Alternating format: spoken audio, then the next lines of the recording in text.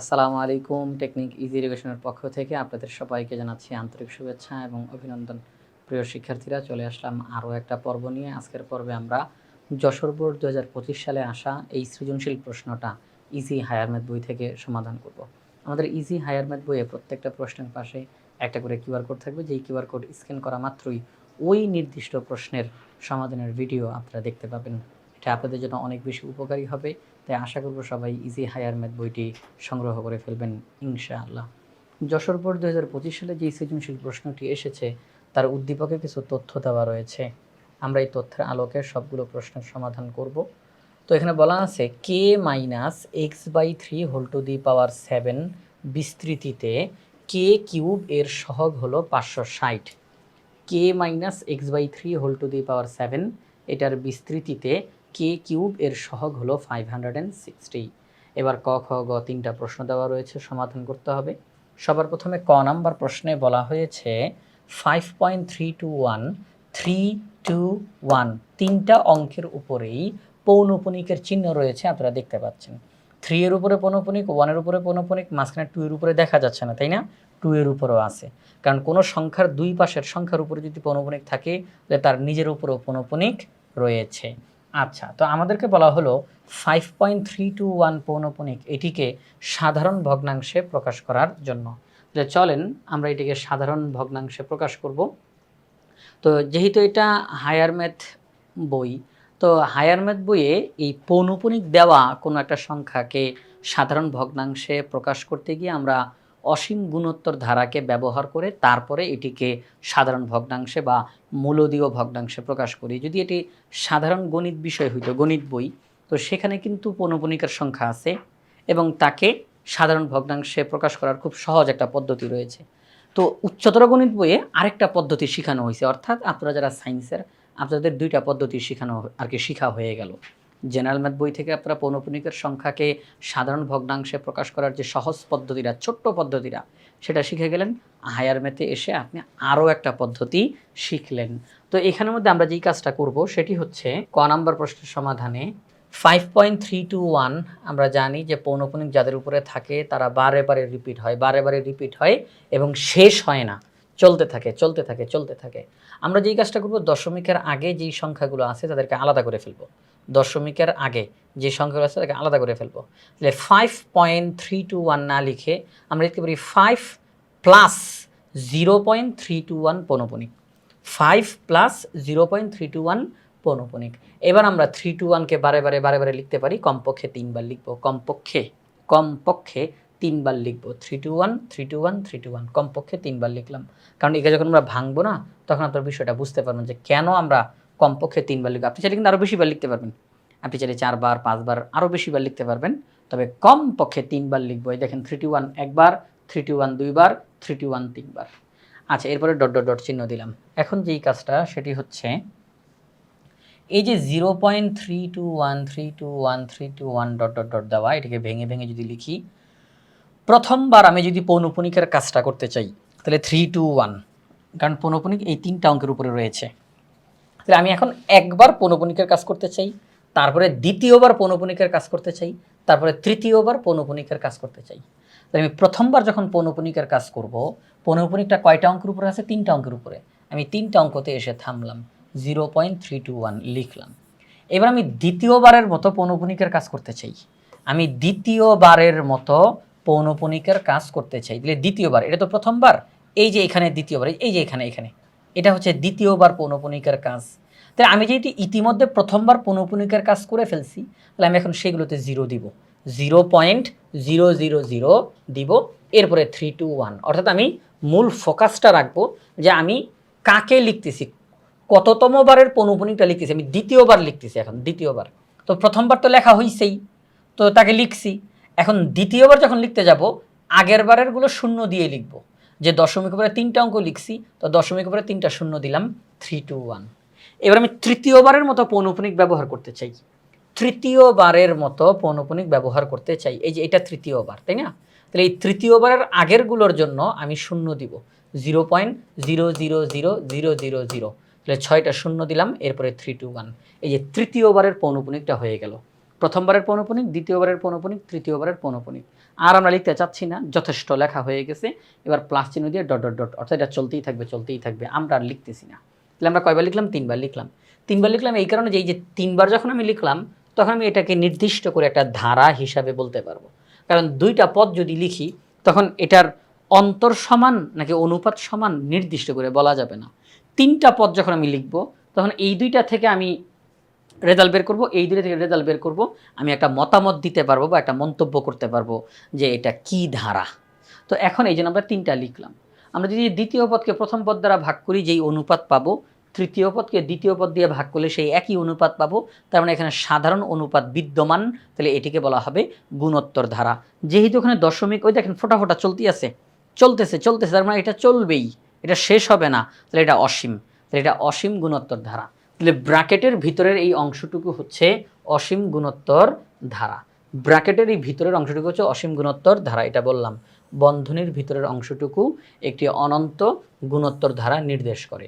আমরা এখন এই ব্র্যাকেটের ভিতরেই কাজ করব। এটা প্রথম পদ, এরপরে সাধারণ অনুপাত বের করব, তারপরে অসীমতক সমষ্টি বের করব, তাহলে এই অঙ্কের সমাধানটা শেষ হবে। আপনারা এটা পারেন। তা আমরা লিখলাম প্রথম পদ a = 0.321, সাধারণ অনুপাত r এর মান, দ্বিতীয় পদ ভাগ প্রথম পদ, রেজাল্ট বের হয়েছে 0.001। r এর মানটা 1 এর চাইতে ছোট, তার মানে r মডুলাস লেস দেন 1 হবে। r এর মানটা 1 এর চাইতে ছোট, তার মানে r মডুলাস লেস দেন 1 হবে। তাহলে অসীমতক সমষ্টি পাওয়া যাবে, কারণ এটা শর্ত। আপনারা সবাই জানেন যে অসীমতক সমষ্টি পাইতে হইলে r মডুলাস লেস দেন 1 হতে হয়। তো আর এর মান যেহেতু 1 এর চাইতে ছোট, সুতরাং এটাকে মডুলাস করলেও 1 এর চাইতে ছোট হবে, আর কোনো সন্দেহ নাই। তাহলে অসীমতক সমষ্টি করা যাবে। তো এখন আমরা অসীমতক সমষ্টি করব কার? এই যে দেখেন 5.321, আপনারা এটাকে ভেঙেই লিখছিলেন না, 5 প্লাস 0.321। তো আমরা এখন মূলত এই 0.321কে অসীমতক সমষ্টি বের করব a divided by 1 minus r। 0.321 পৌনঃপুনিক, এইটার অসীমতক সমষ্টি বের করব a divided by 1 minus r। কারণ এইটাকে দিয়ে আমরা অসীম গুণোত্তর ধারা তৈরি করেছিলাম, ওই যে আগের পৃষ্ঠাতে আপনারা দেখেছেন। এটাকে দিয়ে আমরা অসীম গুণোত্তর ধারা তৈরি করেছিলাম, সুতরাং এটা দিয়ে আমরা সূত্র এখন ব্যবহার করব a divided by 1 minus r। আর সামনে যেহেতু 5 প্লাস ছিল, তাহলে আমরা দিতে পারি 5 প্লাস, তাহলে আমরা সামনে একেবারে লিখে দিতে পারি 5.321। তাহলে 5 প্লাস আর 0.321 এর জন্য a divided by 1 minus r, এই হচ্ছে বিষয়টা। তাহলে 5 প্লাস আর 0.321 পৌনঃপুনিক, তার জন্য এই সূত্রটা। আমরা এখন মান বসাবো, a মানে প্রথম পদ, r মানে সাধারণ অনুপাত, এরপরে ক্যালকুলেশন করে আমরা রেজাল্টটা পেয়ে যাব, অঙ্কটা কমপ্লিট হয়ে যাবে। তো এখন দেখেন যে বিষয় 1 থেকে 0.001 যদি আমরা মাইনাস করি তাহলে 0.999। এখন যদি দশমিককে উঠানোর জন্য এখানে আমাদের দশমিকের 3টা অঙ্ক আছে, তো আমরা 1000 দিয়ে গুণ দিতে পারি। 1000 দিয়ে উভয়, এই যে লব এবং হর দুইটাকেই, আমরা গুণ করতে পারি। তাহলে গুণ করলে দশমিকটা উঠে যাবে। তাহলে দশমিকটা উঠে গেলে কত হবে বলেন তো? দশমিকটা উঠে গেলে হবে হচ্ছে গিয়ে 321 ভাগ 999। তখন কাটাকাটি করা যাবে। 3 দিয়ে 321কে কাটলে হয় 107, 3 দিয়ে 999কে কাটলে হয় 333। অর্থাৎ প্রথমে দশমিক উঠাবো, তারপরে কাটাকাটি করব। তাহলে 107 উপরে, 333 নিচে। আচ্ছা ঠিক আছে। এখন 5-এর নিচে মনে মনে 1 আছে, হরগুলোর লসাগু করতে পারি। 1 যায় 333 বার, সেটা দিয়ে লবকে গুণ, এরপরে এখানে 107 যোগ করলে 1772, নিচে 333। তাহলে আমাদেরকে এই যে 5.321 পৌনঃপুনিক দেওয়া রয়েছে, তাকে সাধারণ ভগ্নাংশে প্রকাশ করতে বলা হয়েছে। লব ভাগ হর, সাধারণ ভগ্নাংশ, লব হর। তাহলে আমরা 5.321 তাকে অসীম গুণোত্তর ধারার মাধ্যমে প্রকাশ করে তারপর সাধারণ ভগ্নাংশে প্রকাশ করেছি। তাহলে উচ্চতর গণিতে যেহেতু এই পদ্ধতিটা আর কি শেখানো হচ্ছে অধ্যায় 7-এ অসীম ধারার যেই চ্যাপ্টার, সেখানে তো আমরা এই সিস্টেমে অঙ্কটা করে দিলাম। আচ্ছা ঠিক আছে, তাহলে আমরা এখন যাব খ নাম্বার প্রশ্নের সমাধানে। দেখি আগে খ নাম্বার প্রশ্নে কি জিজ্ঞাসা করছে আমাদেরকে। খ নাম্বার প্রশ্নে আমাদেরকে জিজ্ঞাসা করা হয়েছে x এর মান নির্ণয় করো। কার মান? x এর মান। এই যে এখানে x দেখা যাচ্ছে, এই এক্স এর মান তারা আমাদের কাছ থেকে জানতে চায় যে নির্দিষ্ট করে বলো ওই এক্স এর মান কত। আমরা ওই এক্স এর মান বের করতে পারবো, তার কারণ এখানে বলা আছে যে এইটার বিস্তৃতি যখন আমরা করব কে কিউবের সহগ বের হবে 560। এই যে কে কিউবের সহগ 560 তারা বলে দিছে, আমরা এখন নিজেরা দ্বিপদী বিস্তৃতি যেভাবে করে বিস্তারিতভাবে ভেঙে ভেঙে ভেঙে ভেঙে করি, আমরা এইটার বিস্তৃতি ভেঙে ভেঙে করব। তখন আমরা কে কিউবের সহগ বের করব। তাহলে আমাদের কে কিউবের সহগের রেজাল্ট বের হবে একটা চলকের মাধ্যমে। আবার প্রশ্নে বলে দিছে কে কিউবের সহগ 560। তাহলে আমরা যে কে কিউবের সহগ বের করলাম চলকের মাধ্যমে সেইটা, আর তারা যে বলে দিল কে কিউবের সহগ 560, সেইটা মাঝখানে সমান চিহ্ন দিব। যে আমাদের বের করা কে কিউবের সহগ, তাদের দেওয়া কে কিউবের সহগ দুইটা একই, তো মাঝখানে সমান চিহ্ন দিয়ে দিব। তখন আমরা অঙ্কটা করলে এক্স এর মান চলে আসবে আমাদের সামনে। সহজ আছে, সহজ আছে। তাহলে চলেন আমরা এখন এটার বিস্তৃতি করি। বিস্তৃতি করার মাধ্যমে আমরা সহগটা বের করে ফেলতে পারবো। তো বিস্তৃতিটা সহজ আছে, সেটি হচ্ছে আমরা উদ্দীপকের সেই a equal to k minus x by 3 whole to the power 7 এটিকে লিখলাম। তো এটাকে আমরা ভেঙে লিখি কীভাবে করে, k minus x by 3 whole to the power 7 এটা দেওয়া আছে। A equal to k minus x by 3 whole to the power 7 দেওয়া রয়েছে।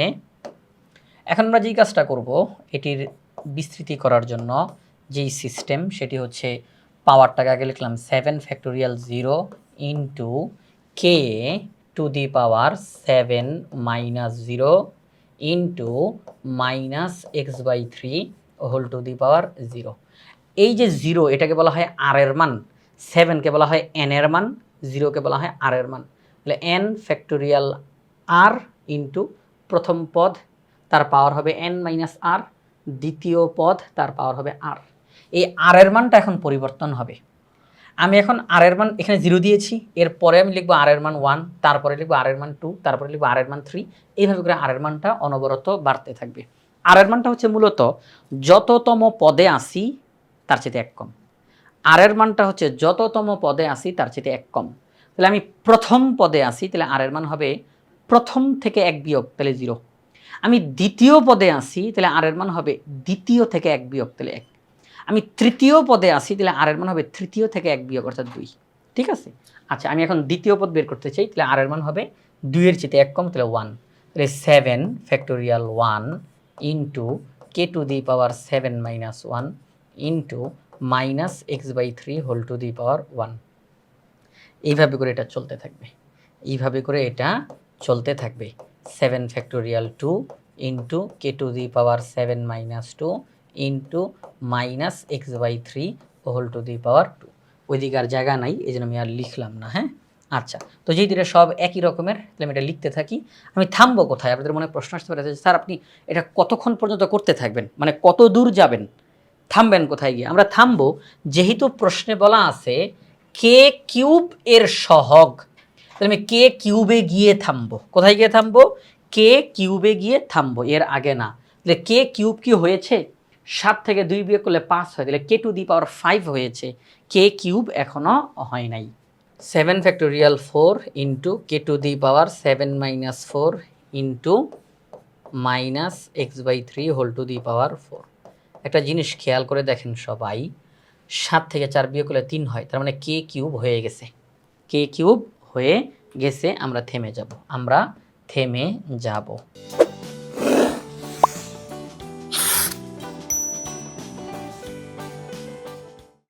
তাহলে আমরা কে কিউব পর্যন্ত চলে আসলাম, আমরা এখন থেমে গেলাম। দেখেন যে বিষয়, আমাদের প্রশ্নে কে কিউবের সহগের কথা বলা হয়েছে। আমাদের প্রশ্নে কে কিউব এর সহগ 560 এটার কথা বলা হয়েছে। তাহলে আমরা কে কিউব পর্যন্ত করেছি। এখন আমরা যে অঙ্কটা করলাম এখানে কে কিউবের সহগ কত এসেছে, এখানে কে কিউব এর সহগ কত এসেছে আমরা এখন সেটা দেখব। তাহলে আমরা বলবো অতএব কে কিউব এর সহগ হলো, যেটার সহগের কথা বলে ওইটা বাদে বাকি অংশটা হচ্ছে সহগ। যার সহগের কথা বলে সে বাদে ওই পদে বাকি অংশটুকু হচ্ছে সহগ। তাহলে এখানে কে টু দি পাওয়ার 3 এইটা বাদে বাকি অংশটা হচ্ছে সহগ। এই যে এইটা বাদে বাকি অংশটা হচ্ছে সহগ। তার মানে 7 factorial 4 into -x/3 whole to the power 4। এটি হচ্ছে কে কিউবের সহগ, এটি হচ্ছে কে কিউবের সহগ। এখন কথা হলো, আমরা বলেছিলাম আপনাদেরকে যে আমরা নিজেরা কে কিউবের একটা সহগ বের করব, আর প্রশ্নে একটা সহগ দেওয়া আছে, আমরা এখন লিখব প্রশ্ন মতে। কি মতে? প্রশ্ন মতে আমাদের বের করা সহগ আর তাদের বলে দেওয়া সহগ, এই দুইটার মাঝখানে সমান চিহ্ন দিয়ে দিব। তারা বলছে কে কিউবের সহগ 560, আমরা বের করছি কে কিউবের সহগ এটা, তাহলে আমরা দুইটার মাঝখানে সমান চিহ্ন দিয়ে দিব। এখন আমরা ক্যালকুলেশন করব। 7 ফ্যাক্টোরিয়াল 4 মানে হচ্ছে এই 4 মানে উপরেও 4টা সংখ্যা বসবে, নিচেও 4টা সংখ্যা বসবে, এক করে কমে কমে 7 6 5 4, এখানেও এক করে কমে কমে 4টা সংখ্যা বসবে। পাওয়ার 4 অর্থাৎ জোড় সংখ্যা, তাহলে মাইনাসটা উঠে যাবে, x⁴ divided by 3⁴ equal to 560। পরবর্তী লাইনে যাই। পরবর্তী লাইনে গিয়ে 3 দুগুণে 6 কাটা, 4 কাটা, 5 7 35, নিচে কত? নিচে হচ্ছে 3⁴, তার মানে 81। কত? 81। আর সাথে আছে x⁴ 560। আমরা x⁴কে রেখে দিই এই সাইডে, রেখে দিয়ে এই 35 ডিভাইডেড বাই 81কে যদি ওই পাশে নেই, তাহলে এটা এখানে গুণ আকারে আছে, ওই সাইডে গেলে হবে ভাগ 35/81।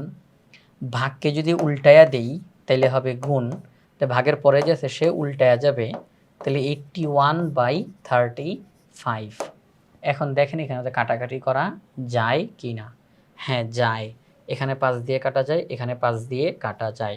এই যে 5 7 35, আর এখানের মধ্যে 5 দিয়ে কাটা যাবে, কতবার যাবে? 5 20 100, তাহলে হচ্ছে গিয়ে আমি সরাসরি ক্যালকুলেট দিয়ে করে ফেলি, শুধু সময় নষ্ট করার দরকারই নেই। তাহলে 560 ভাগ 5 112, সহজ ক্যালকুলেশন, শুধু এখানে সময় নষ্ট করার দরকার ছিল না। 112। তো এখন যে বিষয়, 112কে 81 দিয়ে গুণ, 112কে গুণ করব 81 দিয়ে, ভাগ করব 7 দিয়ে, 1296 আসে, 1296। হ্যাঁ, এই যে এখানের মধ্যে, হ্যাঁ ঠিক আছে। তাহলে এটা হইল, রেজাল্ট কত আসে?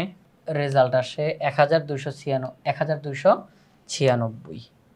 তাহলে x⁴ ইকুয়াল টু 1296। পরবর্তী লাইনে গিয়ে 1296, আপনাদেরকে একটু ক্যালকুলেটরে দেখাই এখানে, যে আমরা যদি দেখেন, আমরা যদি এখানের মধ্যে 6-এর পাওয়ার হিসাবে 4 দেই, 1296 হয়। 6-এর পাওয়ার হিসাবে 4 দিলে 1296 হয়। তাহলে আমরা এখানের মধ্যে বলতে পারি যে +-6 তার পাওয়ার 4। বলবেন প্লাস মাইনাস চিহ্ন কেন দিলাম? দিলাম এই কারণে যে +6 তার পাওয়ার 4 দিলেও 1296 আসবে, -6 তার পাওয়ার 4 দিলেও 1296 আসবে। কারণ পাওয়ার জোড় সংখ্যা থাকলে ভিতরে মাইনাস থাকলেও সে আর বের হয় না, সে আর বের হয় না। তাহলে -6কে পাওয়ার 4 করলেও 1296, +6কে পাওয়ার 4 করলেও 1296। কারণ এক্সের মান ধনাত্মক ঋণাত্মক দুইটাই হইতে পারে, এখানে তো কোনো বিধি নিষেধ নাই। এখানে কি বিধি নিষেধ আছে যে এক্সের মান স্বাভাবিক সংখ্যার সেটের অন্তর্ভুক্ত? তাহলে না আমরা বুঝতাম যে মাইনাস নেওয়া যাবে না, কিন্তু এক্সের মান তো যে কোনোটাই হইতে পারে, কোনো বিধি নিষেধ তো নাই। তাহলে আমরা উভয় দিকের পাওয়ারকে উঠাই দিলে বলতে পারি এক্সের মান +-6। তাহলে এক্সের মান +-6 বের হলো। আমাদেরকে বলা হয়েছিল এক্সের মান বের করো, আমরা এক্সের মান নির্ণয় করে দিলাম। প্রথমে উদ্দীপকের সেই দ্বিপদী বিস্তৃতিটা লিখে তাকে আমরা ভেঙে লিখলাম। এবার কে কিউবের সহগটা লিখলাম। এই যে সহগটা লিখলাম, আমরা বের করেছি সহগ এইটা, আর প্রশ্নে বলতেছে সহগ এইটা, তখন আমরা ক্যালকুলেশন করে 1296 বের করলাম। x⁴ equal to 6⁴। এখানে একটু লিখে দিই, আপনাদের সামনেই লিখে দিচ্ছি, সমস্যা নাই। এই যে 6⁴ প্লাস মাইনাস ব্র্যাকেট দিয়ে পাওয়ার 4 দিতে পারি, কারণ পাওয়ার জোড় সংখ্যা হওয়ার কারণে মাইনাস থাকলেও সে আর বের হবে না। তাহলে এক্স এর মান +-6, এক্স এর মান কত +-6। তাহলে আমাদের এই খ নাম্বার প্রশ্নে আমরা সমাধান করে ফেললাম। এখন আমরা গ নাম্বার প্রশ্নের সমাধান করব। গ নাম্বার প্রশ্নে কি বলেছে? গ নাম্বার প্রশ্নে বলল রাশিটির, কোন রাশি? উদ্দীপকের রাশি। রাশিটির বিস্তৃতিতে x³ এর সহগ x⁵ এর সহগের 15 গুণ হলে কে এর মান নির্ণয় করো। এই যে উদ্দীপকে যে রাশিটা দেওয়া আছে, এই রাশিটার বিস্তৃতি যখন আমরা করব, ভেঙে ভেঙে যখন আমরা করব, x³ এর সহগ x⁵ এর সহগের 15 গুণ। তার মানে x³ এর সহগটা বেশি, কারণ দেখেন কথার মানেটা একটু খেয়াল করি। x³ এর সহগ x⁵ এর সহগের 15 গুণ। তার মানে x⁵ এর যে সহগটা বের হবে তাকে 15 দিয়ে গুণ দিলে যা হয় তা হচ্ছে x³ এর সহগের সমান। x⁵ এর যে সহগ আমরা পাবো সেটা x³ এর সহগের সমান না। x⁵ এর যে সহগ পাবো তাকে যদি 15 দিয়ে গুণ দেই, যেই রেজাল্ট পাওয়া যাবে সেটা হলো x³ এর সহগের সমান। ঠিক আছে, আমরা x³ এর সহগ বের করব, x⁵ এর সহগ বের করব। বের করার পরে x⁵ এর সহগকে 15 দিয়ে গুণ দিয়ে x³ এর সমান লিখে দিব। ক্যালকুলেশন করলে কে এর মানটা চলে আসবে। তাহলে আমরা এখন উদ্দীপকের এই রাশিটাকে আবার দ্বিপদী বিস্তৃতি করব। খ নাম্বারে যেমন করেছি না, একই সিস্টেমে এখন আমরা আবার করব। এখন কোন পর্যন্ত করব? x এর পাওয়ার 3, x এর পাওয়ার 5, এই দুইটা আমার লাগবেই লাগবে, এই দুইটা আমার লাগবে। আমি x³ এবং x⁵ যখন আমি পেয়ে যাব, আমি তখন থেমে যাব।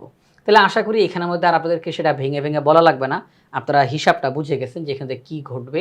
তাহলে আমরা উদ্দীপকের রাশিটাকে লিখলাম, তাকে যেই নিয়ম রয়েছে NCR এর যেই পদ্ধতি, সেই পদ্ধতিতে ভেঙে ভেঙে লিখলাম। এবার ক্যালকুলেশন করে দেখেন আমরা এখানের মধ্যে মানগুলো পেলাম। দেখেন ক্যালকুলেশনটা কীভাবে করে করা হয়েছে সেটা আপনাদেরকে বলি। 7 তার মান হচ্ছে 7, আর প্লাসে মাইনাসে মাইনাস, নিচে 3 রয়ে গেল, k⁶ ইন্টু x। এবার এখানে আসি 7 আপনি এটা ক্যালকুলেটারে বের করতে পারেন। ক্যালকুলেটারে NCR নামে একটা বাটন রয়েছে। তাহলে আপনি যেই কাজটা করবেন, n এর পরিবর্তে 7কে বসাবেন, বসানোর পরে আপনি NCR নামের যেই বাটনটা আছে সেখানে ক্লিক করবেন। এবার C চলে আসবে। এবার R এর মান হিসাবে আপনি 2 লিখবেন। তাহলে আপনার সামনে রেজাল্টটা চলে আসবে, যা হওয়ার তা চলে আসবে। যেমন আমি যদি ভেঙে দেখাই, রেজাল্ট হবে নিচে যেহেতু 2 আছে, তার মানে উপরে 2টা সংখ্যা, নিচে 2টা সংখ্যা, তাহলে 3 বার 3 × 21।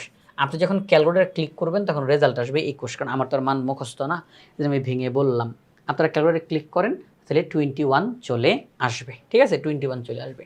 21কে যখন আপনি 3 দিয়ে, এই যে এখানে 3 3 9, 3 3 9, তাহলে উপরে আছে 21 আর নিচে আছে 9, তখন আবার কাটাকাটি যাবে, 3 × 21, 3 3 9, 7/3, এই যে 7/3। তাহলে 7 এর মান হচ্ছে 21, কিন্তু এখানে যেহেতু 3² 9 হবে, সেটা আবার কাটাকাটি যাবে না, যেহেতু সবাই গুণাকারে আছে। আমি একটু ভেঙে লিখে দেখাবো আপনাদেরকে, কোনো সমস্যা নেই, ভেঙে লিখে দেখাই। ওইটা এখানেই দেখাবো। 7 into k⁵ into -x/3 whole square. এটাকে ভাঙলে হবে 2 × 1, 7 × 6, k⁵, পাওয়ার জোর হওয়াতে মাইনাসটা উঠে যাবে, x²/9। 2 6-এর মধ্যে 3 বার যায়, 3 9-এর মধ্যে 3 বার যায়, তাহলে উপরে কত আছে 7, নিচে কত আছে 3, পাশে বসবে k⁵, x²। শেষ হয়ে গেল। ঠিক আছে, 7/3 ইন্টু k⁵, x², এটাই এখানের মধ্যে লেখা হয়েছে। তো এই একই সিস্টেমের সবগুলোই হবে। আপনি ক্যালকুলেটরে 7 এর মান বের করতে পারবেন, 7C3, এটাতে ক্লিক করলে রেজাল্ট চলে আসবে। তার সাথে আবার এখানে কাটাকাটি করবেন, 3³ মানে 27, যদি কাটাকাটি যায় কাটাকাটি করবেন, কাটাকাটি না গেলে তো কিছু করার নেই, তো রেজাল্ট আসবে। তা আমি আর সময় নষ্ট করলাম না, এগুলো সব আপনারা করে ফেলতে পারবেন। এইবার কথা হচ্ছে, প্রশ্নে বলা ছিল x³ এর সহগ এক্স টু দি পাওয়ার 5 এর সহগ। তাহলে দেখেন এক্স কিউবের সহগ, এক্স কিউব যেই পদে আছে ওই পদ থেকে এক্স কিউবকে বাদ দিয়ে বাকি যেই অংশটা সেটা হচ্ছে এক্স কিউবের সহগ। এক্স কিউব যেই পদে আছে ওই পদে এক্স কিউব বাদে বাকি যেই অংশটা সেটা হচ্ছে সহগ। তাহলে এক্স কিউব বাদে বাকি যে অংশটা -35 divided by 27 into k to the power 4 এটা হচ্ছে সহগ। এক্স টু দি পাওয়ার 5 এটা বাদে বাকি যে অংশটা এটা হচ্ছে সহগ। তাহলে সেই ক্ষেত্রে আমরা এখানে বলবো, আমরা এখানের মধ্যে বলবো এক্স কিউবের সহগ -35 by 27 into k to the power 4, x to the power 5 এর সহগ -7 বাই 81 ইন্টু কে স্কোয়ার। আচ্ছা, তাহলে এক্স কিউবের সহগ এক্স টু দি পাওয়ার 5 এর সহগ। এখন এই দুইটা সহগ কি সমান? না, কারণ প্রশ্নে বলা ছিল এক্স কিউবের সহগ বড়, এক্স টু দি পাওয়ার 5 এর সহগ ছোট। আমরা এখন সমান করতে চাই, কীভাবে করে করব? এক্স টু দি পাওয়ার 5 এর যেই সহগ, এক্স টু দি পাওয়ার 5 এর যেই সহগ তাকে 15 দিয়ে গুণ দিলে এক্স কিউবের সহগের সমান হবে। ব্যাস, এইবার একদম অঙ্ক এখন নর্মাল অবস্থাতে চলে আসছে, আর ক্যালকুলেশন করলে রেজাল্টটা চলে আসবে। ঠিক আছে, এখানের মধ্যে কাটাকাটি করা যায়, 3 5 15 এবং 3 27 21, 5 7 35, নিচে 27, পাশে কে স্কোয়ার। উভয় পক্ষ থেকে মাইনাসটাকে বাদ দিয়ে দিতে পারি, উভয় পক্ষ থেকে 35 27 বাদ দিতে পারি। সহজ কথা, -35 বাই 27 -35 27 উভয় পক্ষ থেকে বাদ হয়ে গেল, কারণ তারা দুই জায়গাতেই গুণাকারে আছে, বাদ দিয়ে দেওয়া যায়। এটা k to the power 4 equal to k square. উভয় পক্ষকে যদি আমরা কে স্কোয়ার দ্বারা ভাগ করি, উভয় পক্ষকে কে স্কোয়ার দ্বারা যদি আমরা ভাগ করি, দেখেন k to the power 4 equal to k square, উভয় পক্ষকে কে স্কোয়ার দ্বারা আমরা ভাগ করতে পারি। তাহলে এখানের মধ্যে হবে কে টু দি পাওয়ার 4 - 2। আপনারা জানেন যে ভিত্তি যদি একই হয়, মাঝখানে ভাগ চিহ্ন থাকে, উপরের পাওয়ার থেকে নিচের পাওয়ার বিয়োগ যায়, এখানে কাটাকাটি করলে 1 হয়। তাহলে সেই ক্ষেত্রে কে স্কোয়ার ইকুয়াল টু 1, তাহলে কে ইকুয়াল টু ±√1। অতএব কে এর মান ±1। কে এর মান কত আসবে? +-1 আসবে। কে এর মান কত আসবে? +-1 আসবে। তাহলে আমরা পুরো অঙ্কটা করে ফেললাম। আমাদেরকে বলা হয়েছিল কে এর মান নির্ণয় করো, আমরা কে এর মানটাও নির্ণয় করে দেখালাম। তো যশোর বোর্ড 2025 সালে আসা এই সৃজনশীল প্রশ্নটা আমরা ইজি হায়ার ম্যাথ বই থেকে সমাধান করলাম। আমাদের ইজি হায়ার ম্যাথ বইয়ে প্রত্যেকটা প্রশ্নের পাশে একটা করে কিউআর কোড আছে, স্ক্যান করা মাত্রই ওই নির্দিষ্ট প্রশ্নের সমাধানের ভিডিও আপনারা দেখতে পাবেন। এটা আপনাদের জন্য অনেক বেশি উপকারী হবে। তাই আশা করব সবাই ইজি হায়ার ম্যাথ বইটি সংগ্রহ করে ফেলবেন ইনশাআল্লাহ।